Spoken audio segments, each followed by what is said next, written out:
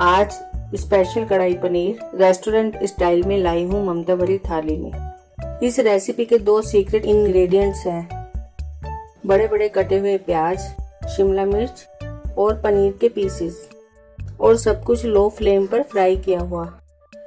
शिमला मिर्च को काटते समय ध्यान रखेंगे कि उसके बीज ना आए।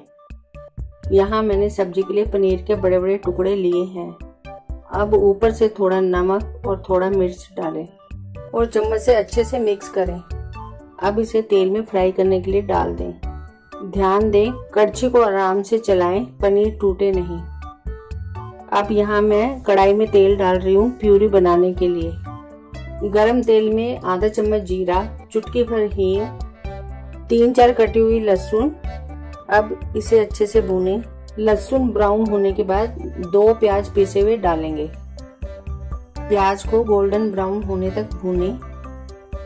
जैसे ही प्याज गोल्डन ब्राउन हो जाए और तेल छोड़ दे, उसमें आधा चम्मच हल्दी, आधा चम्मच मिर्च, आधा चम्मच पिसा हुआ धनिया और स्वादानुसार नमक डालें। अब इसे अच्छे से हिलाएं और मिक्सचर में 3 टमाटर की प्यूरी डालें।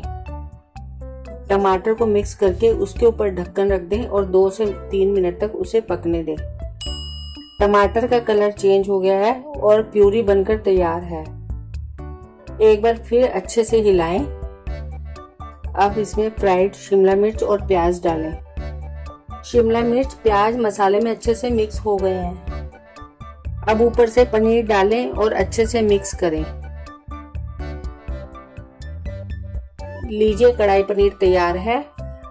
आधा चम्मच गरम मसाला और धनिया के पत्ते से गार्निश करेंगे। अगर आपको मेरी बताई रेसिपी पसंद आई हो तो वीडियो को लाइक, शेयर और चैनल को सब्सक्राइब करें।